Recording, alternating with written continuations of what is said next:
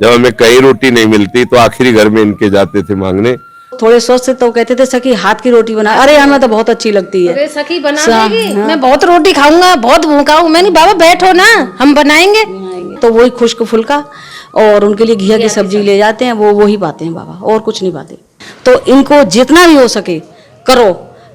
उनका ये भी कहना था कि करो किंचित ना था को वंचित, उनको बिल्कुल खाली मत कभी भी छोड़ो। राधे राधे, मैं हूँ सौरभ।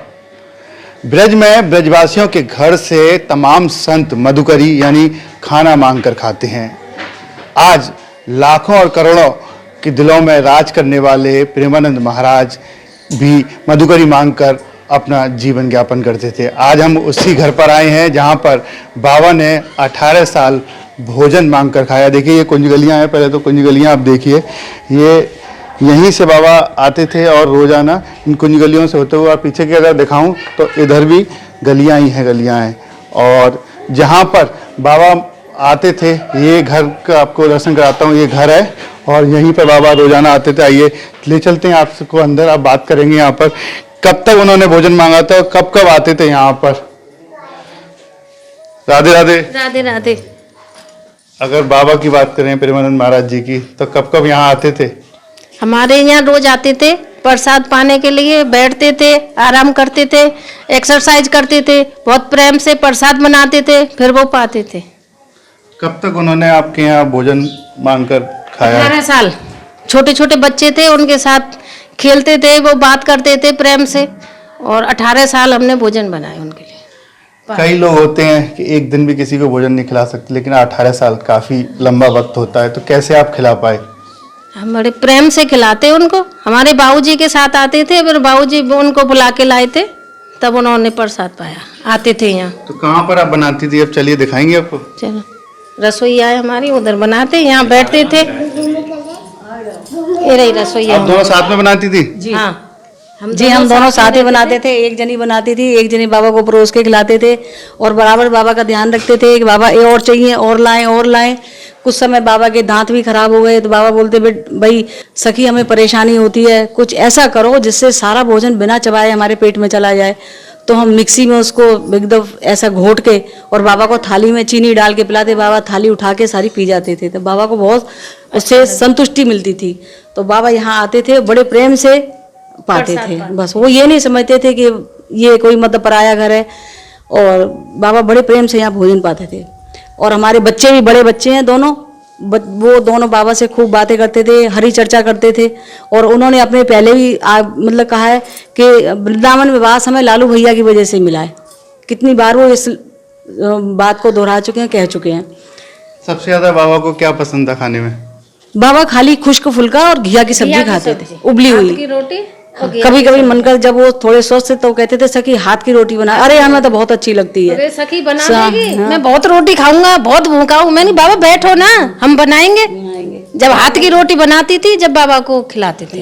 बाबा बहुत बाबा प्रेम है कि हमारे बच्चन जैसे बैठते थे हमारे पास और रोटी खाते थे, बनाते थे, हम हाथ की रोटी खाते थे। जब बाबा ने ये भी कहा था कैमरे के सामने, जब सबके सामने बोला है कि मैं वृंदावन वास किया है, अगर भोजन अगर मुझे मिलता था तो यहीं पे मिलता था। तो कितना मानती हैं? सही सही, बिल्कुल सही है, बिल्कुल सही है, ये अक्षर से सही है बात, एक एक शब्द बाबा का सही है। उनकी हमारे वृंदावन के मतलब वृंदावन वासियों के प्रति हम निष्ठा थी, वो हमें माँ जैसा स्नेह देते थे। एक बार हमने ये भी कोशिश की थी कि बाबा आप हमें अपनी वो कंठी दे दें, तो बोले ना, अरे मैया हम तो ये सोचते हैं आप हमारी माँ के समान है और हम आपको कंठी देंगे। अरे राम राम, आपने तो कह दिया, हम तो ऐसा सोच भी नहीं सकते। तो बाबा की मन में हमारे प्रति बहुत ज्यादा श्रद्धा थी, बहुत ज्यादा। तो लाली का रूप देते थे वो, लाली ये कर दे, लाली खाना बना दे, लाली प्रेम से बना देगी, मैं बहुत खाऊंगा। मैंने कहा अरे बाबा बैठो, आराम करो, हम बनाएंगे। प्रेम से बहुत प्रेम करते थे हमसे। आज भी आपके यहाँ, आज भी भोजन जाता है आपके यहाँ से कभी? हाँ, कभी कभी बहुत, क्योंकि अब वो खा नहीं पाते हैं और हम भी नहीं जा पाते। बाबा की बहुत सिक्योरिटी हो गई है, हमें जाना बस पड़ता है, जा नहीं पाते। और कभी जाते हैं तो वही खुश्क फुल्का और उनके लिए घिया की सब्जी ले जाते हैं, वो ही पाते हैं बाबा, और कुछ नहीं पाते।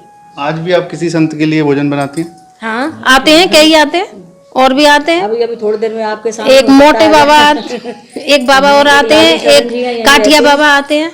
कभी काठिया बाबा, एक काठिया बाबा हैं, वो भी आते हैं। मार्ग में वो भी आते कलकत्ता हैं चले और वो जाते कल उनको गुरु की उनकी होती है, उनकी आज्ञा होती है, तो वो वहाँ पे चले जाते हैं अपने मठ में। बाकी उनका मन ये होता है कि हम वृंदावनवास करें। वो ये कहते हैं हमसे, वो भी यही प्रार्थना कहते हैं कि सखी ये प्रार्थना करो श्री जी से कि मेरा वृंदावन नहीं छूटे, वृंदावन नहीं छूटे, मैं यहीं रहूं। लेकिन क्या करूं, गुरु की आज्ञा है तो मुझे जाना पड़ता है, इसलिए वो चले जाते हैं। लेकिन जब वो आते हैं तो हमारे पास जरूर आते हैं। आटा लेके जाते हैं, रोटी लेके जाते हैं, कलकत्ता जाते हैं, आटा दे दे मुझे, मैं वहीं बना लूंगा। आटा रोटी हम बनाते हैं उनके लिए, तो वो ले जाते हैं। अपने आश्रम के जो भंडार है उसमें हमारे घर से आटा लेके जाते हैं और उसको मिला देते हैं। तो उसको उनका मन ये है कि ये सारा आपका ही हो गया, ब्रजवासियों का ही हो गया। तो इसलिए वो हमारे यहाँ आते हैं और थोड़ा बहुत लेके जाते हैं और पाते भी, पा भी लेते हैं, ले भी जाते हैं, दोनों ही बात है। और जो ब्रजवासियों और लोगों से आप क्या कहेंगी कि जो बाहर से संत आते हैं उनकी सेवा कैसे की जाए?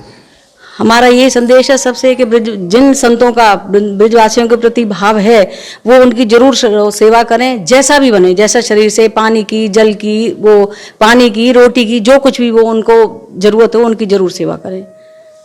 कैसा महसूस होता था जब बाबा आपसे भोजन लेने के लिए यहाँ पर आते थे? हमें बहुत अच्छा लगता था, क्योंकि हमारे ससुर थे, उन्होंने हमें यही सिखाया था कि बेटा ये संत महात्मा है, ये ठाकुर जी के रूप में हमारे यहाँ आते हैं इनका पाने के लिए, तो इनको जितना भी हो सके करो। उनका ये भी कहना था कि करो किंचित ना थाको वंचित, उनको बिल्कुल खाली मत कभी भी छोड़ो। ये नहीं कि अरे बाबा अभी नहीं है रोटी, अभी नहीं है, बाद में आना, या आज नहीं है रोटी, चाहे कुछ भी दो, कुछ नहीं है तो रामायण जी की एक चौपाई बोल दो, लेकिन संतों की जरूर सेवा करो जो आपसे बन जाए, जो बन जाए घर में। तो इसलिए हमने यही सीखा। हमारे यहाँ कौन से बाबा, वो श्रीपाद बाबा भी आते थे हमारे पिताजी से, उनका बहुत स्नेह था। श्रीपाद बाबा भी आए, हमने देखे कितनी बार आए हमारे यहाँ। और भी संत, एक नंदगाम से आते थे, नंदगाम वाले बाबा एक और थे। तो हमारे घर में मतलब उनकी बहुत कृपा रही है संत महात्माओं की, चाहे थोड़ी देर के लिए आए, आते जरूर थे। कभी ऐसा भी होता है कि आप लोग कभी बाहर गए हो और बाबा अब भोजन लेने आए, तो ऐसा हुआ है कभी कि भोजन नहीं मिल पाया? नहीं, हमारे घर में हमेशा कोई ना कोई रहता है, और अगर हमें कमी कहीं जाना है तो हम बाबा के लिए बना के रख के पैक करके जाते हैं, और किसी को बोल के जाते हैं कि अगर बाबा आए तो ये उनका उठा के दे देना। एक जना जरूर रहता है हमारे घर में। हमारे सब घर के जितने मेंबर हैं, जेंट्स लेडीज जो भी हैं, सब एक जना रहता है बाबा के प्रसाद के लिए। बाबा कोई भी खाली हाथ नहीं जाए, और उनका ये पैक किया हुआ रखा है, आप दो सब। इसी रसोई में आप बनाती थी? जी हाँ जी, और आज भी बनाती हैं? जी हाँ जी। तो आपने बताया कि बाबा के दांतों में कुछ दिक्कत थी कि आपसे मिक्सी में पिसवाते थे, क्या दिक्कत हो गई थी? वो तो एकदम वो उनको में दाढ़ों में पस पड़ गया था, मसूड़ों में, तो उन्होंने रूट कैनाल करवाई थी। तो रूट कैनाल की वजह से दांत छोटे बड़े में तोड़ा गया, तो जैसे वो चबाते थे तो दांत में लगती थी, तो इसलिए वो कहते थे मैया ऐसा कुछ करो चबाना नहीं पड़े। तो फिर हम उनको मिक्सी में घोट के सारी रोटियां पानी डाल के, चीनी डाल के, तो वो थाली उठा के, कटोरा उठा के पी लेते थे। उनके मैया अब तृप्ति हुई है, पानी दे पी लेते हैं, जो नहीं कि दूध बनाओ या कुछ दो, पानी घोड़ दो चीनी में और थाली में दे दो, पी लेते हैं, उसी को पी लेते। प्रसाद। जो किडनी खराब है, तब भी उनकी किडनी खराब थी? जब भी खराब है। उस समय किडनी उनकी वैसे खराब नहीं है, उनकी किडनी का नॉर्मल जो हमारे सबके शरीर में होता है उससे साइज बढ़ने लग गया था, ये प्रॉब्लम थी बाबा को। बाबा की वैसे किडनी, अब तो खैर काफी समय हो गया, अब हो सकता है और परेशानी हो गई हो। जिस समय हमारे यहाँ आते थे उस समय ये प्रॉब्लम थी कि नॉर्मल से उनकी किडनी बड़ी होने लग गई थी, तो वो उनको पीड़ा देती थी, तो फिर तब नहीं खा पाते थे। बाकी उस समय भी हमारे यहाँ आते थे, कहते थे भैया दर्द है दर्द है, लेट जाते थे। उनका वो बैठते थे, देखते थे मेरा कौन सा स्वर चल रहा है, सीधा चलता था तो खाते थे, लेट जाते थे यहीं आंगन में। हम कहते थे बाबा चटाई, अरे मैया सब ठीक है, मैया सब ठीक है, और लेट जाते थे। और बस जब स्वर उनका सीधा चलता था फिर कहते थे लाओ मैया लाओ, लाओ सखी भोजन लाओ। भोजन पा के बच्चों से बात करके, माताजी से, पिताजी से, सबसे दंडवत प्रणाम करके तब जाते थे। राधे राधे। राधे राधे। देखिए इसी जो रसोई है, इसी में भोजन बनता था, और इसी जो आंगन है यहाँ पर बाबा बैठते थे, आराम भी करते थे। हमारे साथ यहाँ पर मैं भी आया हूँ। अरे लालू भैया लालू भैया हैं और उनके पिताजी हैं, यहीं पे मिलके भी आ पाए थे। लालू भैया क्या बात हुई थी बाबा से जब मिलके आए थे आप? बस बाबा से बात भैया यही हुई कि उनका जो स्नेह ब्रजवासियों के प्रति है और हमारी जो श्रद्धा उनके प्रति है, बस उसी भावना की पुष्टि के लिए, उसी दिव्य स्मरण को पुनर्जागृत करने के लिए, उसी की बार बार स्मृति करने के लिए, बस उनसे मिलने का उद्देश्य कोई अर्थोपार्जन नहीं, उनसे मिलने का उद्देश्य कोई अपनी प्रशंसा, कोई अपनी प्रसिद्धि, कोई चर्चा का नहीं। बस उद्देश्य केवल इतना ही है कि वो हमारे प्रति प्रसन्नता बनाए रखें और हमारी श्रद्धा उनके प्रति बनी रहे। और इन सब के ऊपर भी सबसे प्रमुख बात यह है, जो बात एक बार कर्ण के प्रसंग में थी कि देनहार कोई और है, दे दिना और रैन, लोग बरम हम पे करें ताते नीचे रैन। तो यथार्थ में तो ये है कि हमने, लोग कहते, वो खुद कहते हैं कि ऐसे हमने इतने दिन घर गए, ऐसा, वो तो ठीक है, वो उनकी उदारता है। यद्यपि हमने न कुछ किया न हम कुछ करने लायक। यथार्थ बात ये है कि उनके ही प्रारब्ध का, उनके भाग्य का जो अन्न था वो उन्होंने स्वयं ग्रहण किया, जैसे ईश्वर ग्रहण करते हैं अपने भक्तों से, और उसके अतिरिक्त और कुछ बात नहीं। यथार्थ बात तो ये है कि उनकी सबसे प्रमुख बात केवल एक ही है कि उनकी ब्रजवासियों के प्रति बहुत प्रीति है और ब्रजवासियों का उनके प्रति बहुत आदर और श्रद्धा है। बस यही भावना पुष्टि रहे। जय श्री राधे। कितनी उम्र थी जब आते थे? मेरी उम्र, हम लोग छोटे छोटे थे, कक्षा 9वीं या 8वीं में पढ़ते थे, तब की बात है, जब वो सबसे पहली बार वृंदावन आए थे। तब उन्होंने बाबा से मिले, पिताजी से मिले, तो उन्होंने एक बार बातों ही बातों में कहा था कि बच्चा, हमारा तो लगता नहीं कि वृंदावन रुके या हमारा वास हो। तो अब जैसे बच्चे खेल खेल में कुछ बात कह देते हैं, तो ऐसे मैंने भी कह दिया कि हाँ बाबा वृंदावन वास। मुझे उस स्मृति में नहीं है कब मैंने कहा, जैसे बच्चे खेल में कुछ कहते हैं तो ऐसे मैंने कह दिया था।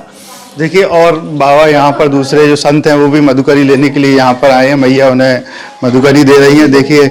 और आप देख सकते हैं पूरी थाली यहाँ पर सजी हुई है। और देखिए, दाल रोटी लेने के लिए यहाँ पर रोजाना आते हैं ये संत। राधे राधे महाराज जी। राधे राश्याम। कब से आ रहे हैं आप ये मधुकरी लेने के लिए? देखिए, महाराज जी बात नहीं करते हैं किसी से, सिर्फ मधुकरी लिया और चले गए। और यहाँ पर ऐसे ही संत रोजाना यहाँ पर आते हैं मधुकरी लेने के लिए।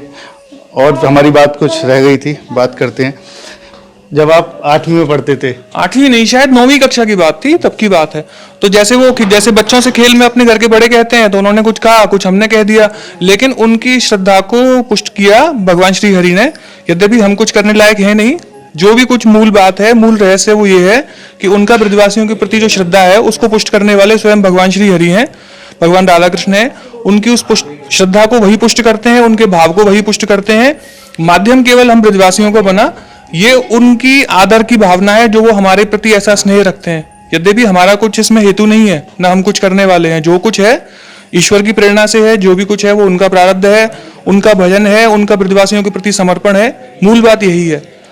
आप बताइए कि कैसे उन्हें आपके घर का रास्ता पता पड़ा कि मुझे यहीं पर ही मधुकरी लेने जाना चाहिए? जब बाबा आए वृंदावन में सबसे पहले, तो हमारे पिताजी से उनकी मुलाकात हुई। हमारे पिताजी ने उनको बताया कि बाबा, आप सबसे पहले ब्रजवासियों के यहाँ से आप अन्न लो, जिससे आपका भजन में मन लगेगा।